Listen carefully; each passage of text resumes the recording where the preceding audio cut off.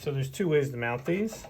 You can slide them on from the side, or you can take the brackets and you can snap them on by bending in a little bit like that. Here's the other ones. Here's the long ones.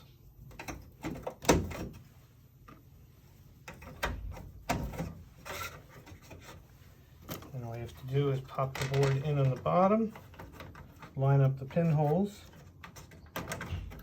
and then just snap them in place.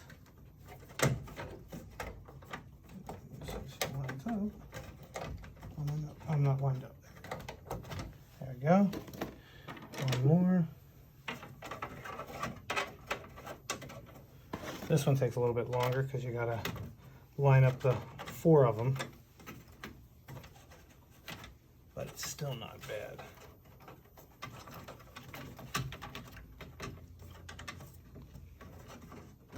And you just gotta work them in one at a time.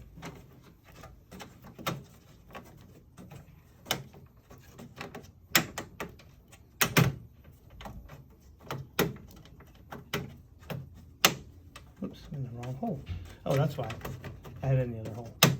There you go. And you can press on them all you want. It's part of the back plane.